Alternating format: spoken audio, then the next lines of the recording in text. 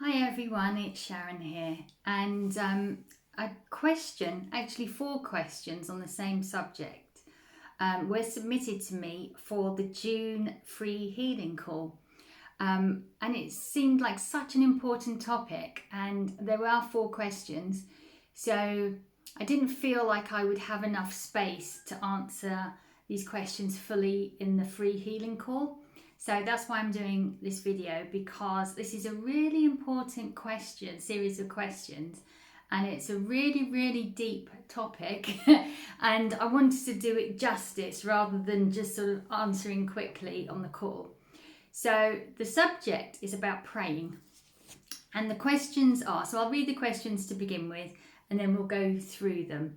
So the questions here are: why would one pray? Is praying futile because we have free will? Or does praying help? And is prayer energy or special energy? So to go through this, and this is the reason why I wanted to do a video, so we'd have time to talk about all of this in much greater detail, is that the question of praying and the subject of praying is very different depending on your level of consciousness. So it's not really, it's not an easy question to answer. So the way I look at it, and I often reference Dr. David R. Hawkins' work, because his map of consciousness is just such a good referencing tool to explain how things work in lots of different areas. So he has a book called Power versus Force. There's many other books, but in all of the books there is a map of consciousness, okay? And it's numbered from the bottom upwards. Enlightenment is at the top as a consciousness level, and sort of shame, guilt and apathy are at the bottom, right? So that's sort of, and then what we have here is, I don't know if this is facing the wrong way for you guys, we have God view here. So this is what I'm going to be referencing, this column here, a little bit today, because it's just the best way of explaining this. So prayer changes depending on your consciousness level. And as he puts it in this column here, your God view changes as you rise up the consciousness levels. Now we use this map often to help explain vibration as well. When we're talking about high vibration, low vibration, we're talking about higher consciousness and lower consciousness. That's not to have a judgment, that's just so that we can differentiate, okay? So I don't like people using the map of consciousness as a judgment tool. It's not meant as a judgment tool, it's meant to be a guide. So at the lower levels of consciousness, our view of God is very different to at the top. So at the top, the highest level of consciousness is actually enlightenment. So you would imagine, as you can imagine, how we feel about the world, how we feel about the universe, how we feel about ourselves, how we feel about the creator of all things, changes as our consciousness level goes up. So and this is not meant to be derogatory to talk about. When we talk about the lower levels, like I said, there's no judgment here. This is just human progression, and that's humanity as a whole and us as individuals too. So we're all evolving and we're all at different levels of consciousness. So at the lower levels, we tend to associate praying with an external God, and often that God has judgment, right? So we're told to behave in a certain way in order that we are seen favourably by that God, and that God then can bestow vengeance or it may bestow good favourable outcomes for us.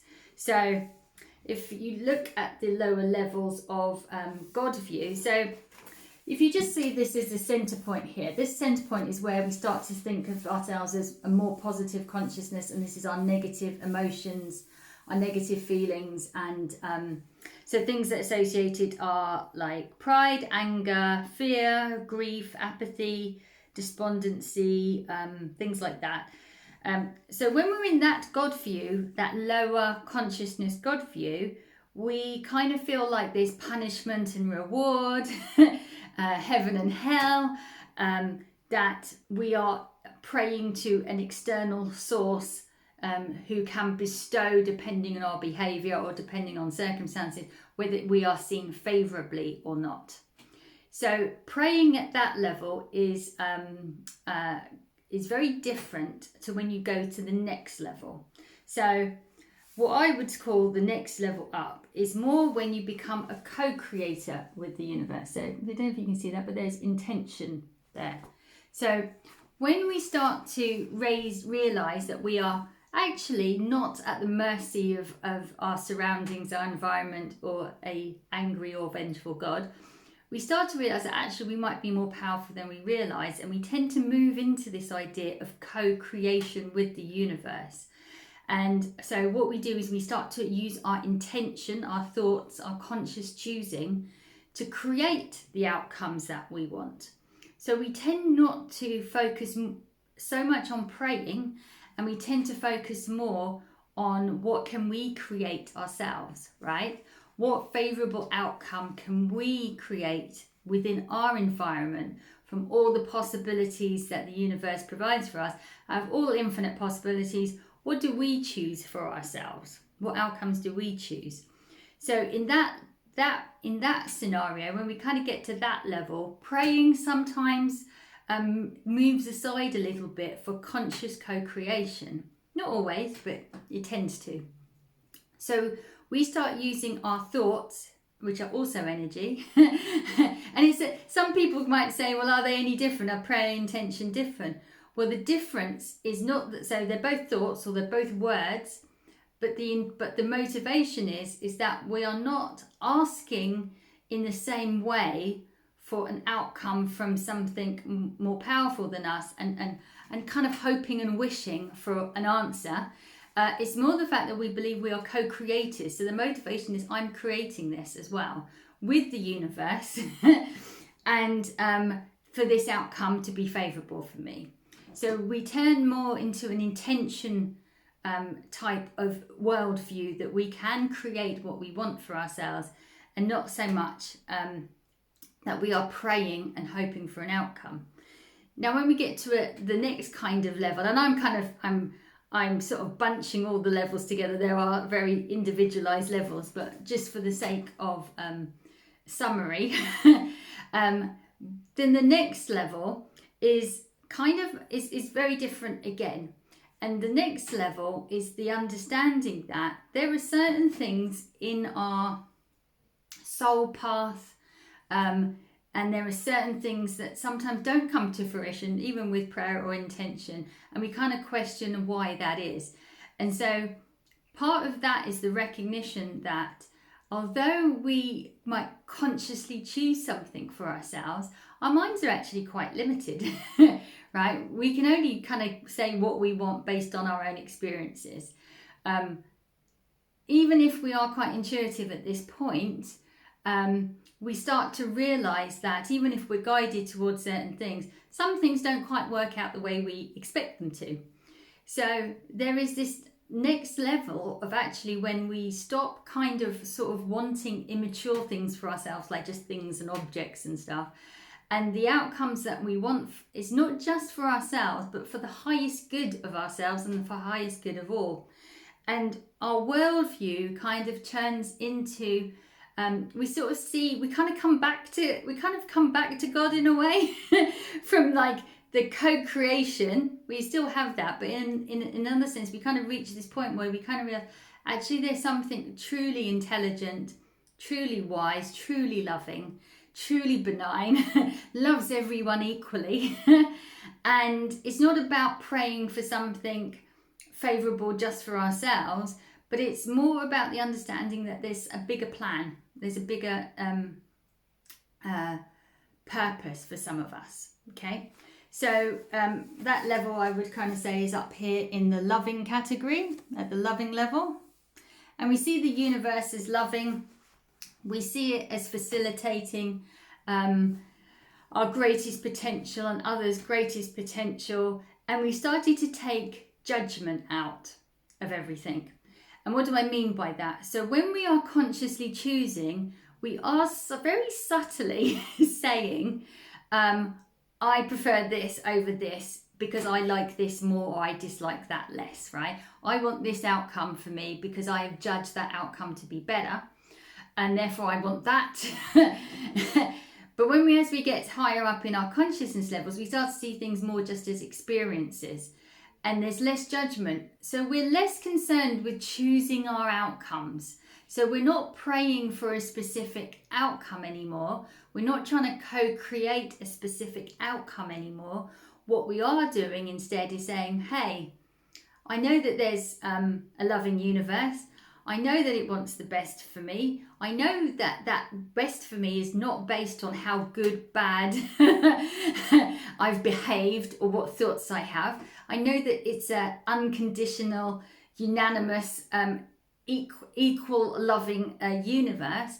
And therefore, I'm not going to choose my outcome, but I'm going to just ask for the best possible outcome for my highest good or for the highest good of the other person or others.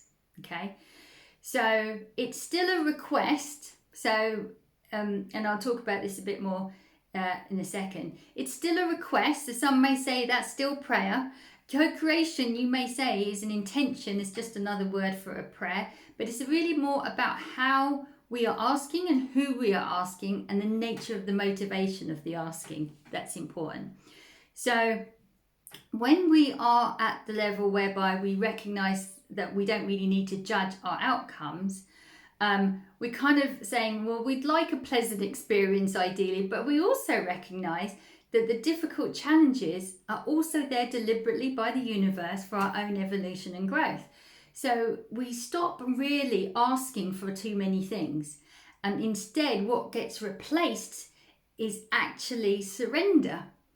So rather than saying, can I please have this outcome? Or then saying, I want this outcome, I'm going to co-create this outcome, this is the outcome that I believe is favourable. We start to move into a place whereby we kind of say, universe, what's the outcome? I surrender the control, knowing that you are a loving, divine being, universe, entity that has my highest good always at its core. Therefore, you decide. You lead, I follow. Okay? And there's a lot of peace that comes with that. Instead of trying to direct the course of our life according to what our mind tends to want, we say, we release that control over and we surrender. So there's a lot less prayer in the sense of asking for an outcome at that level. And then when we reach the highest level, which we tend to call enlightenment or self-realization or non-duality, that's really the step that very few people get to. But that is the non-duality. That is so up until now, there's always a relationship. And that relationship is between you, puny human, and God. Then you become a co-creator. Then you kind of get to that point of you sort of lose the hierarchy, but you're still in relation to something, the universe of some kind. It's a loving universe, but you're more on an equal footing. And then when you reach enlightenment, there's no relationship anymore because you are God. And you recognize that not as a concept, but as a reality. You recognize that you are all things. So that level, there's no need for prayer, right? You recognize the perfection as the creator of all things. And there's nothing that you're really going to implore. You can't implore anyone because there isn't anyone else. You are all.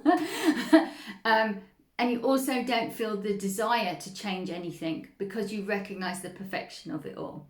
So hopefully that is kind of a clear kind of understanding of how you might change the way you either pray or how you might ask for something of the universe.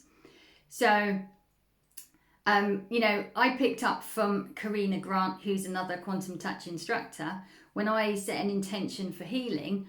And it's just a habit I picked up from her, which is I start all sentences with I ask, pray and intend. But realistically, I'm still really only saying I intend.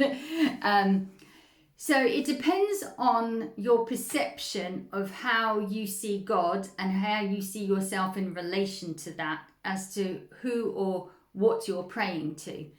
So with that as the foundation, why would one pray is the first question. And the answer is because, why would one pray? Because we're looking for a favourable outcome for ourselves or for others. And there's a judgment implicit in that we don't really like the situation that we're currently in and we would like to change that. And a friend of mine, Sally, always used to say to me, Sharon, I've never met anyone who tries to negotiate with the universe so much. And I would, for a long time, I would set an intention and I'd feel like that wasn't the answer that I wanted to get. And so I would negotiate, which I've stopped doing now. But it's something you go through these different stages of understanding and non-judgment. As you go through non-judgment, you start to see experiences very differently. So why would one pray? Why one would pray? Because one wants a favourable outcome. Now, you would also pray because one feels powerless in one's life, right? So circumstances have taken over to a certain degree. They don't seem very favourable to us. And so we are imploring a better outcome. And so that has in it also the okay, let me start that from the beginning. So when we feel powerless, we want to feel more powerful, we want a specific outcome for ourselves. So we don't feel powerful, so we pray to something we believe is more powerful than ourselves. When we're at the intention stage, we also feel a bit more powerful, right? We don't feel as powerless, we feel more powerful. We want to co-create, we want to create the outcome for ourselves. So we're a little bit more powerful. As you reach the higher levels, you kind of like, love, peace and joy are the most powerful. And in those states, the judgments kind of drop away and the experiences are all fine as they are. So we're not really asking for a different outcome, and we know we're powerful. And that power comes not from our ability to control stuff, but actually our ability to let go of wanting to control stuff. So it's a very different mindset as well, as you go through that. So why would one pray? Is also connected to how we feel about ourselves in terms of power and how we feel about the world around us too. So going on to the next question, which is praying futile because we have free will? So praying is not futile because we have free will. But praying is a little bit futile for others. But I'll go into that in more detail because it's much deeper than it sounds, right? So we have free will to direct our lives, okay? But you can pray, intend, ask for help from the universe at any point in your life, right? Whether you call that praying, intending, or co-creating, we are asking the universe, that is the creator, for some help. But that help is not based on a judgment of how good, bad, right, wrong we are.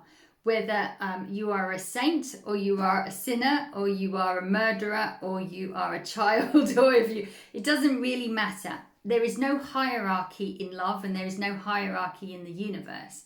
Therefore, if you ask for help, it is a loving universe. You are it. It created everything in it. If you ask for help, it is given. It's kind of one of the laws of the universe.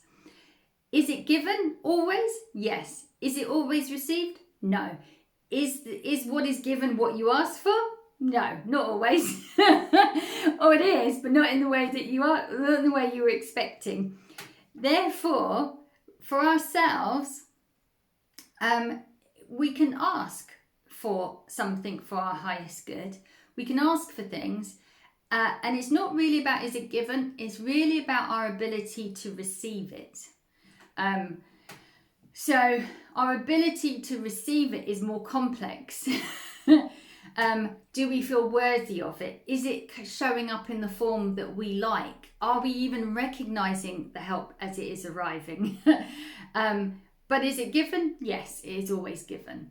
And the kind of the rule with the universe is it won't intervene with your free will, but if you've asked of your free will. So if you ask, it is given. If you don't ask, it's not given. So should we pray? Should we intend? Should we co-create? Yeah, because if you want an outcome for yourself, then it makes sense that if you ask, it can be given.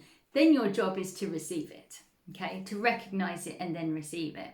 So our free will is our jurisdiction. Can we interfere with another human being's free will? No, we are not allowed to. Even if it's a lovely free will, even if it's a lovely intention for somebody else, we can't interfere with their free will. And, I'm psychic and I have lots of abilities and I can see further down the line, but even I don't try too much. And the reason is because, say for example, you have a really nice intention that a member of your family, a young member of your family is going for an exam, for example, and you might say, oh, please God, please let them pass their exam and they can get into, I don't know, let's say a top university, right? That seems like a good intention, but you don't know if that is the right soul path for them. You don't know, they might get there, they might hate it, they might be bullied, they might pick up some values that are not potentially good for them. We don't know what their outcome is going to be. So we don't want to interfere with that free will and that person's soul path. But what we can do is we can pray and intend and ask for their highest good to be fulfilled. And then we let go of that, of saying which one we think is the right idea for that person.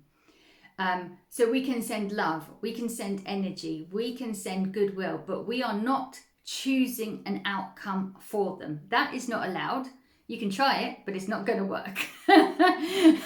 So in that point, yeah, that's kind of pointless for praying. People feel better from doing that kind of thing because they believe that there is an outcome that is preferable. But what is preferable for you is not necessarily preferable for the other soul, literally the other soul and their soul purpose. So we're imposing a judgment on another person, and that is their free will. So we don't, and even if they say they want it, we still don't phrase it like that in prayer or intention, because they may have been conditioned into thinking that they may not be aware of their soul path at that particular age. So they may wish it too, and you may wish it, and you may all wish it. But you are still interfering with somebody else's soul path. So what we always phrase it as is that person, so for example, in the example of an exam, we would say that we hope that they feel confident going in, that they believe in themselves, that they have their self-worth intact, and they recognize that they are, that the answers come easily to them, and that all is well, and that the highest good for them is recognized, whatever that may be, and that beautiful soul realizes they are loved and cherished regardless of the outcome of that exam. That is how I would say is the most preferable way to pray for someone else, for example. Not that, oh, they passed this exam and they go to that university, because that's interference with free will. So in terms of free will for others, it gets really tricky. You have to be very careful for your motivation when praying for other people as well, because even when you're co-creating and you're saying for the highest good of all, you can't really create a favourable outcome from fear. It's a powerless state. It doesn't have a lot of power in it.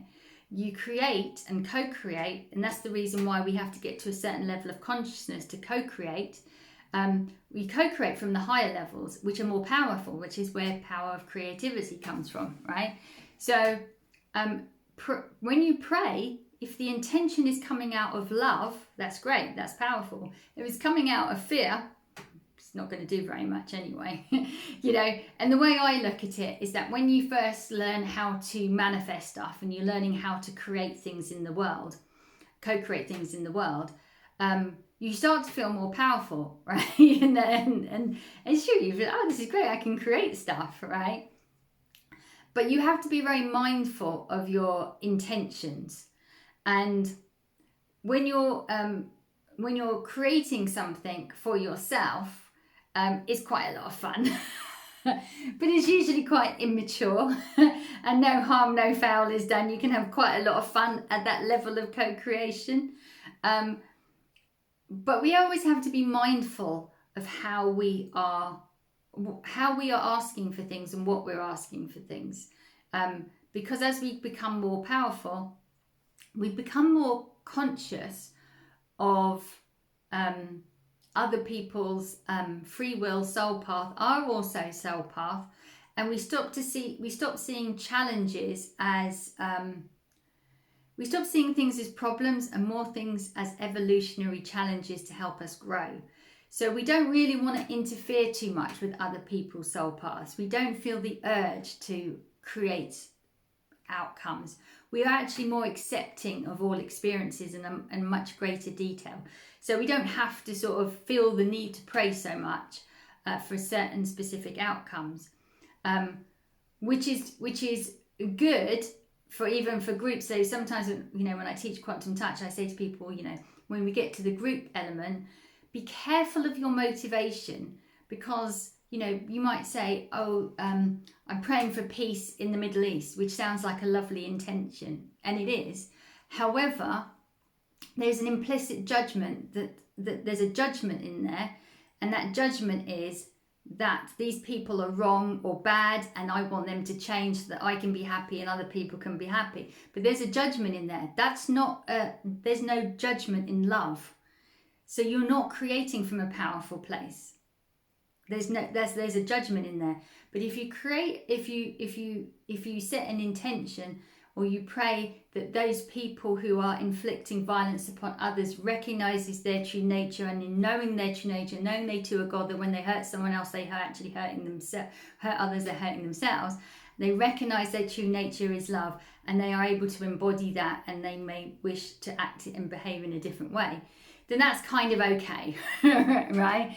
It's about helping them to understand the truth of life, not saying change your behavior because your behavior is bad and then everyone will be happy. It's the wrong kind of phrasing for something whereby you're trying to do something nice, right? So praying isn't futile. It is always received. The message is always received. And it's also about, receiving that. And for ourselves, our free will is fine because we've asked for it. And for others, we have to be more cautious. So coming to the final questions. So that kind of encompasses, does praying help? I think there's a lot of comfort to be received, to be experienced from asking the universe for help. I ask the universe for help. I ask the universe for clarity. Usually, it's usually what I ask for these days, is clarity rather than certain outcomes. And the things that I ask the universe for are usually quite small these days, like car parking spaces and traffic-free journeys on bank holidays.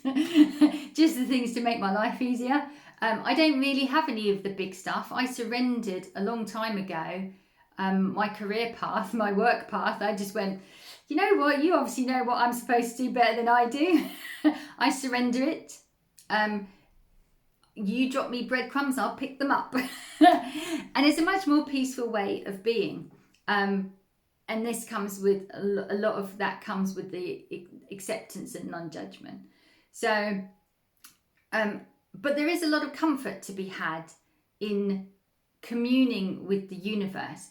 So, and this is also how it changes a little bit as you reach different levels of consciousness. So at the lower levels, you pray, you hope, but you kind of hope and not sure if the prayer is being received. Will it be fulfilled? There's an unknown element to it. when you co-create, you feel a bit more powerful. You're co-creating, you're making a choice, you're using the tools of energy and vibration and everything else to create that. So you feel more literally in co-creation with the universe. You're with the universe.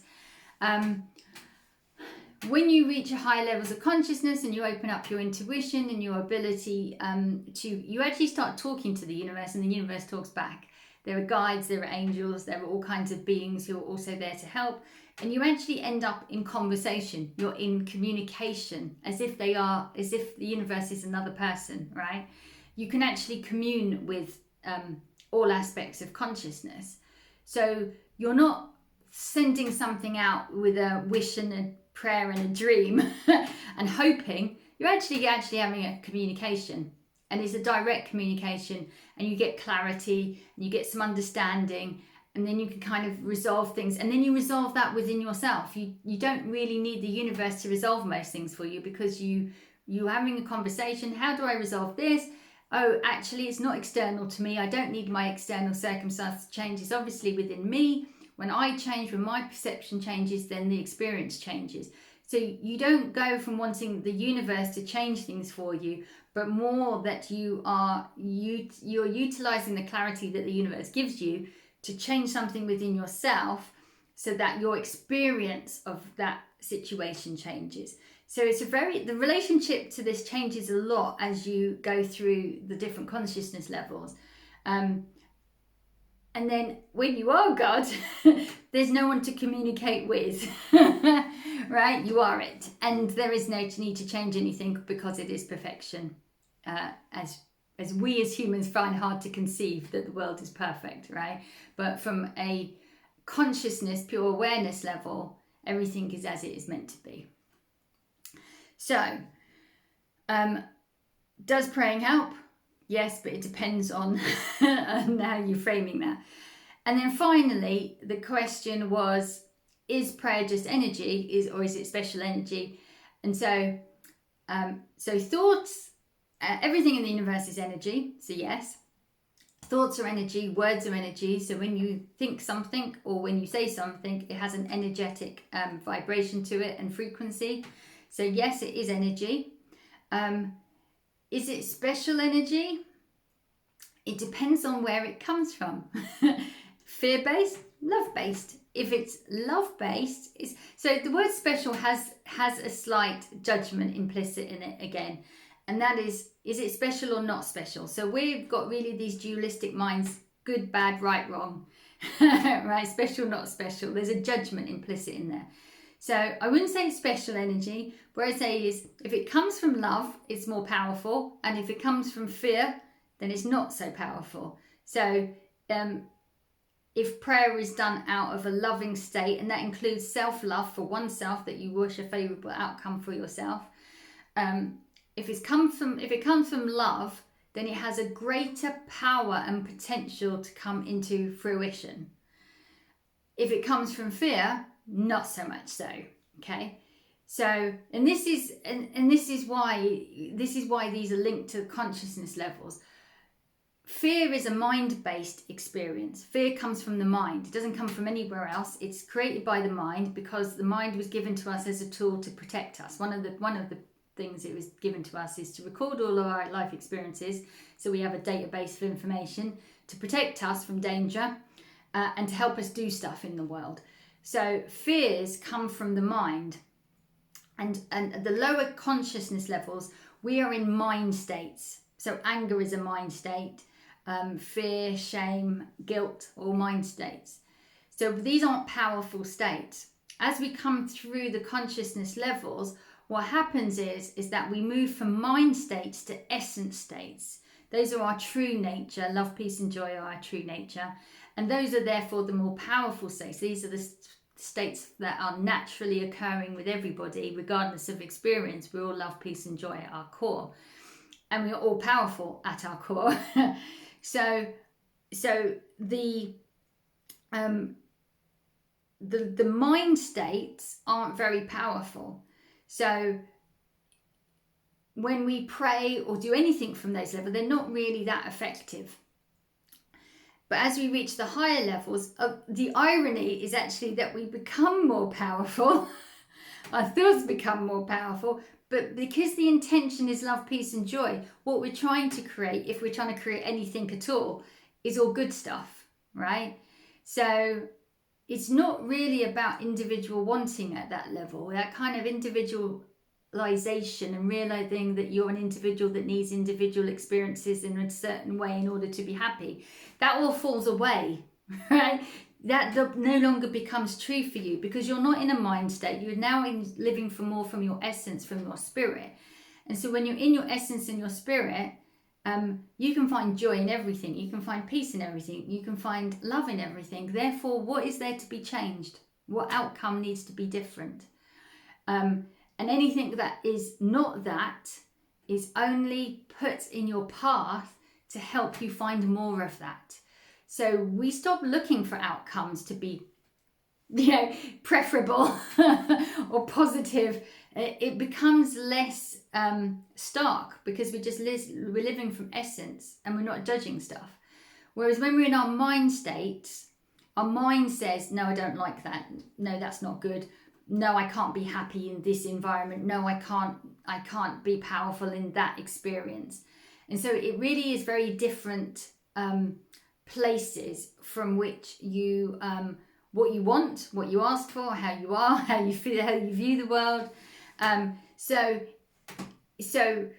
is prayer special? No, but it can be more powerful, and it can be powerful.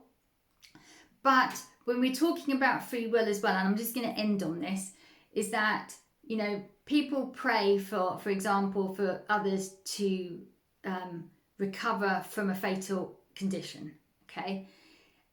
Again, that is actually someone's free will you will be interfering with. Can you pray for them to recover if it's for their highest good? Yeah, of course you can. But it has to be for their highest good. You may wish them to live because you love them dearly, and that's lovely. But will it work? Not necessarily, because their soul decides if they're going, not you. That's their free will, not you. If they ask you, can you pray for me? Because I'm feeling too weak or unable to, and they ask you, then you are not interfering with their free will. And yes, you can ask. But can you determine someone else's life? No, you absolutely cannot determine someone else's life. Even if you love them dearly and you say, well, love is really powerful. And if I love them dearly, then I can force them to live when they're on their way out. No, you can't. Because it's love, but it's not unconditional love. Unconditional love says everything is as it is meant to be, without condition. The universe knows what is created, right? The universe set up this whole thing, right? So it created, this is a birth and this is a death, but it's not really death. It's just a change of form that we call death. And we see death as like a punishment, right? We see, because of the old God view, we kind of see death as a punishment. It's a shame when somebody dies, but that's because we don't really understand death very well. And we don't like to talk about it, and we think there's something wrong with it. But everything that lives dies. And that's not a mistake. That's not a fault in the system. It's not like God went, oh, I created death. Oh no, I made a terrible error. I can't take that back now. Right? It's not a mistake, right? But yes, because we love something dearly and we're quite attached to them and we want them to be with us for our whole lives, then we do feel that sadness. Of course we do, because we feel it's missed somebody, is leaving our life experience. We'll see them on the other side. Energy doesn't die, it just transforms. All energy can only transform, it can't die. It just takes on a different form. It's the system. It's what was created. It hasn't changed since life was created. No one has defied death forever in any kind of thing.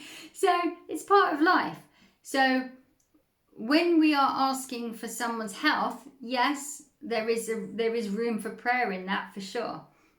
There is intention in that. There is energy that can be given. If it's not their time and they need some help, then yeah, we can offer that service of help, which is love. And that is a form of prayer. We can offer all of that. But can we determine if someone lives or dies? No, we cannot determine that. That is outside of our control, as it should be. Otherwise, we'd be crazily overpopulated on this earth as it is, and there's already 7 billion and going up as we speak. So, okay, I think that's more than enough for me on this subject. Hopefully, it's given some clarity. Hopefully, it's given some understanding of kind of how we may choose to communicate with the universe, and how we may want to look at the worldview that we have, and just see how we wish to co-create, pray, intend, or surrender. So hopefully this has been useful. We've got to 40 minutes. As I said, was way too long an answer to answer in the free healing call tonight. But hopefully that is a nice and full answer. Thank you.